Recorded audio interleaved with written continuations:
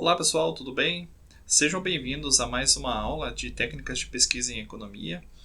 Hoje nós vamos dar sequência à discussão sobre os métodos científicos, principalmente os aplicados aí às ciências sociais, e hoje nós vamos tratar dos métodos científicos de procedimento. Tá? Então essa aula está dividida na verdade em duas partes. Então essa primeira parte a gente vai ver alguns dos métodos de procedimentos aplicados às ciências sociais, e na próxima aula a gente dá sequência a esse tema. Bom, em primeiro lugar, convém relembrar que na semana anterior a gente trabalhou com métodos de abordagem. Então, os métodos de abordagem eles representam aí uma visão de mundo, de como a ciência deve proceder para a elaboração do conhecimento científico, e ela tem o grande objetivo de estabelecer as linhas gerais da formação do conhecimento, como é que a gente procede de uma maneira mais abstrata, mais macro, em relação à observação da realidade e à construção aí do conhecimento científico. Já os métodos de procedimento, eles vão ser um pouco mais concretos, eles vão remeter justamente a essa análise da realidade, em que a gente vai especificar exatamente como é que a gente vai abordar o estudo dos fenômenos, as técnicas que vão ser aplicadas, e, consequentemente, isso leva a uma restrição em sua finalidade. Ou seja, ele vai trabalhar com partes do conhecimento científico e geralmente vai trazer contribuições mais parciais, e não necessariamente uma contribuição imediata na formulação de todo um corpo teórico.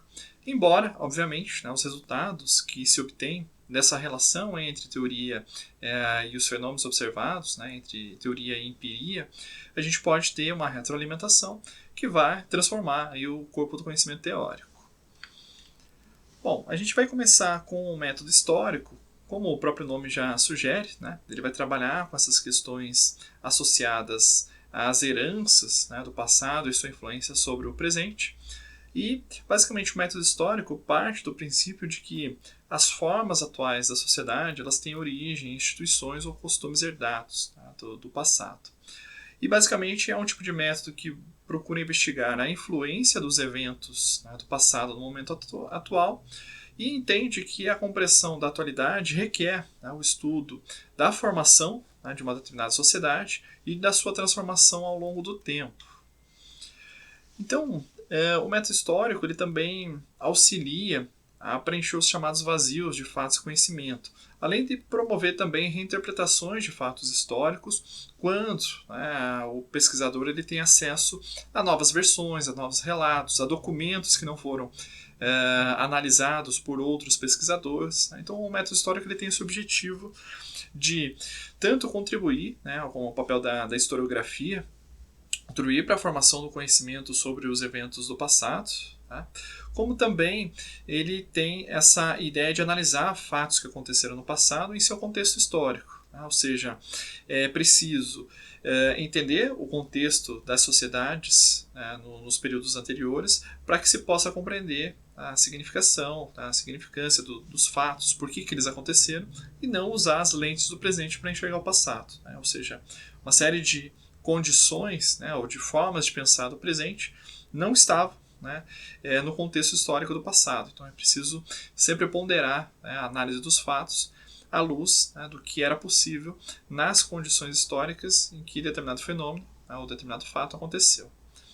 Uma coisa importante, principalmente para vocês estudantes, quando forem trabalhar com pesquisa científica, como numa iniciação científica, na monografia no final do curso, ou mesmo para quem pretende seguir na pesquisa, fazendo mestrado e doutorado, que quando a gente faz uma breve descrição dos fatos históricos com o objetivo de contextualizar o tema da pesquisa, não necessariamente a gente está aplicando o método histórico. Então, o método histórico ele vai envolver um conjunto de técnicas para fazer a análise da evolução dos fenômenos, para ajudar a compreender a realidade, que vai fazer uma série de levantamentos de documentos, de relatos de pessoas que viveram um determinado evento histórico, que vai se debruçar sobre a bibliografia historiográfica anterior. Então, não necessariamente quando a gente contextualiza na evolução de alguns fatos para apresentar o nosso tema de pesquisa, ou mesmo problema de pesquisa, que isso se constitui no emprego desse método histórico.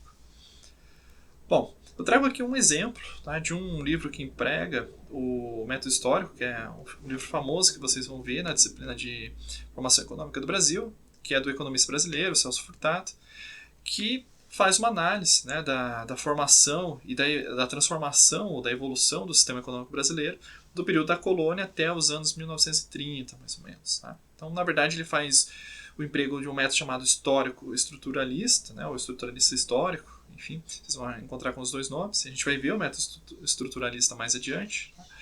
Em que justamente ele não faz um trabalho de historiografia necessariamente, mas faz uma análise econômica, né, dessa história do Brasil, em que procura, né, justamente analisar, né, essas transformações para procurar trazer explicações de por que, né, o Brasil se encontra, né, numa situação ali nos anos 30, né, de uma industrialização parcial, de uma forte dependência, né, da exportação de produtos primários e assim por diante. Tá?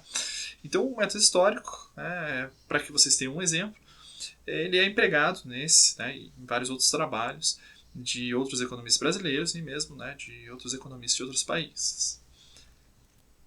O segundo método que a gente vai trabalhar na aula de hoje é o chamado método comparativo. Então, o título também já vai sugerindo, né, qual é o tipo de emprego, né, de métodos de análise da realidade, que basicamente consiste aí num estudo, né, comparativo entre diferentes grupos da sociedade, com o objetivo de encontrar, né, aspectos de semelhança e de diferença entre eles. Essa comparação ela pode acontecer entre dois ou mais grupos, né, contemporâneas, sejam contemporâneas no presente ou no passado, né, ou mesmo entre sociedades ou grupos, né, do passado com o do presente, com o objetivo justamente de avaliar semelhanças e diferenças e, principalmente quando a gente encontra, né, essas semelhanças, a gente pode também tentar induzir, né, conclusões semelhantes às que ocorreram no passado. Tá? E, por outro lado, né, quando a gente encontra diferenças, naturalmente, né, se esperam resultados distintos a partir, né, do levantamento dessas características de fenômenos, né, de associações entre fatos, né, que sejam distintos no passado em relação àqueles que a gente está observando no presente. Basicamente é um método que parte da análise de dados concretos, né, da onde ele vai deduzir, né, elementos abstratos e gerais para fazer a explicação, né, ou seja, para a gente ir para aquela espécie de indução, né, de conclusões mais gerais, mais universais. Também a gente pode considerar que o método comparativo ele é uma espécie de experimentação indireta, ou seja, como a gente não pode fazer um laboratório para repetir fatos históricos, né, transformações sociais e econômicas ao longo do tempo, a gente pode, de certa forma, comparar países, né, regiões que tiveram um desenvolvimento distinto e fazer a comparação para justamente tentar identificar as causas, né, de sucesso ou de fracasso ou do desenvolvimento de uma característica e de outra entre esses grupos distintos. Então ele funciona como uma espécie de um laboratório, né, em que a gente compara, porque a gente não pode reproduzir determinados fenômenos de maneira artificial. Bom, além disso, o método comparativo ele vai possibilitar tanto estudos quantitativos, né, como estudos qualitativos. Então a gente, mais adiante na disciplina, vai discutir um pouquinho, né, a diferença de pesquisa quant e pesquisa quali, mas as duas formas de abordagem, né, são possíveis dentro do método comparativo. Além disso, ele pode ser empregado em diferentes etapas aí da construção do conhecimento científico, né? Seja na etapa da descrição dos fenômenos, seja na etapa de classificação, quando é o caso, né, classificar os determinados fenômenos ou fatos que a gente está observando, e mesmo na relação de causa e efeito, né, no momento da explicação das ocorrências, a gente pode empregar o método comparativo. Então a gente poderia usar, por exemplo, né, comparativo da história entre a evolução da industrialização no Brasil com a Argentina, com o México, né, justamente com o objetivo de traçar aí as semelhanças desses processos históricos e as suas diferenças em termos de tanto de desenvolvimento como de resultados econômicos obtidos. Bom, o terceiro método que a gente vai trabalhar na aula de hoje, chamado método monográfico, ou também pode ser conhecido como estudo de caso, né, que basicamente é um método que seleciona um ou poucos casos para estudar com profundidade. Né? Então, um outro nome, quando envolve mais de um caso, seria o estudo multicasos. Tá? E a ideia é estudar todos os aspectos desse caso, né, partindo do princípio de que qualquer caso bem estudado ele pode ser representativo de muitos casos, né? Então aqui explicitamente a gente tem um emprego aí de um método indutivo, né, de uma maneira mais radical, no sentido de que eu não preciso estudar muitos casos, repetir, mas que se eu estudar a fundo, né, um ou poucos casos que sejam representativos do todo, né, eu posso fazer inferências mais generalistas. Aqui eu trago, né, um exemplo de um trabalho que aplica o método monográfico, e na verdade é um dos fundadores, que é o livro Os Operários Europeus, do Frédéric Lepler, né, que é um sociólogo francês. Né? Então, claro, ele está estudando ali os operários, mas desde uma perspectiva mais sociológica. Tá? E esse método ele tem uma vantagem, né, que consiste no respeito à totalidade da vida dos grupos estudados. Tá? Então, nesse livro, por exemplo, né, o autor ele estudou algumas famílias, né, de operários na Europa para justamente tentar entender a vida dessas pessoas na sua totalidade, nos aspectos de orçamento familiar, de relações familiares, de relações com o trabalho, dedicação ao tempo de lazer, da família, enfim. Tá? Então, vários aspectos aí associados a um caso de estudo. Bom, a gente tem ainda um outro método chamado método estatístico, né, que, como o próprio nome já vai sugerindo, consiste aí no levantamento de dados, né, que possam ser organizados para fins de análise estatística e que tem o objetivo simplificar e representar um conjunto complexo de dados, né, geralmente associados aí a aspectos da sociedade, seja do sistema econômico, né, sistema demográfico, características demográficas, né, melhor dizendo, aspectos políticos e assim por diante. Né. Basicamente, esse método estatístico ele busca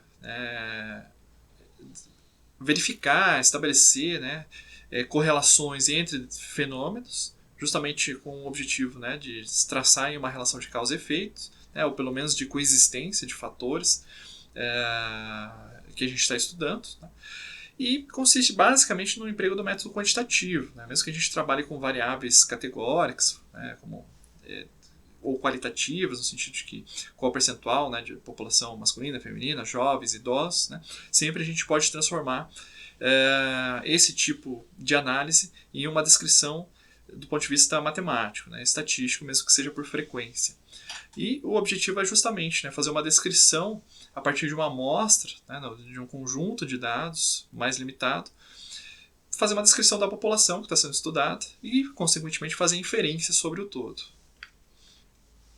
Aqui eu trago um outro exemplo, né, também dentro da área da economia, que aplica, né, o método estatístico e vai associando, né, a evolução dos dados a determinados fenômenos, né, tecnológicos e sociais, que é o caso do livro Os Grandes Ciclos Econômicos, do Nikolai Kondratiev, né, que é um economista russo, em que, a partir da organização, né, estatística dos dados, né, de produção econômica de diferentes países, ele conseguiu observar que a economia ela ao longo do tempo, né, em longos períodos de tempo, ela funciona de maneira cíclica, né, a gente tem períodos de crescimento, estagnação, recessão e depois recuperação. Né, e que, de certa forma, cada um desses movimentos está associado aí com o surgimento de uma nova tecnologia, né, de que tem uma grande aplicação e transformação no modo de produção e de consumo. Então a gente tem um primeiro momento aqui com a Revolução Industrial, basicamente, né, na Inglaterra, que é o emprego de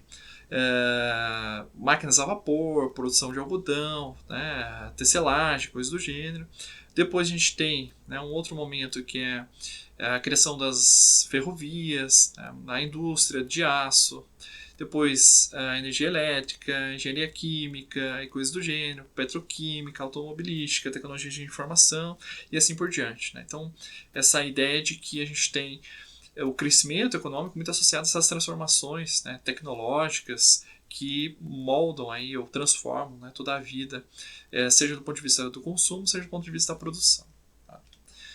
Enfim, a gente vai ter na economia vários exemplos de estudo estatístico. Tá? Então, no decorrer do curso, vocês, inclusive, vão estudar estatística, depois econometria, né, que são técnicas estatísticas aplicadas aí à economia.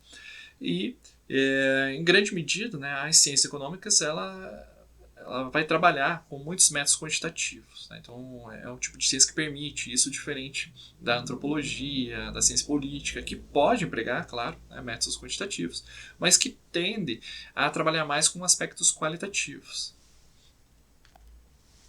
Bom, agora a gente vai ver um outro método, que é o chamado método tipológico, né, que basicamente foi fundado, vamos dizer assim, pelo Max Weber. Eu já trago na sequência um exemplo, né, de uma das suas obras, que consiste na comparação de fenômenos sociais complexos, né, e a partir dessa comparação cria tipos ideais. Né. Então esses tipos ideais, que são uma abstração da realidade, né, vai servir de modelo para análise de casos concretos posteriormente. Né. Então, de certa forma, vai empregar também um tipo de comparação, né, mas primeiro tem esse movimento de criação de um modelo, né, abstrato do tipo ideal.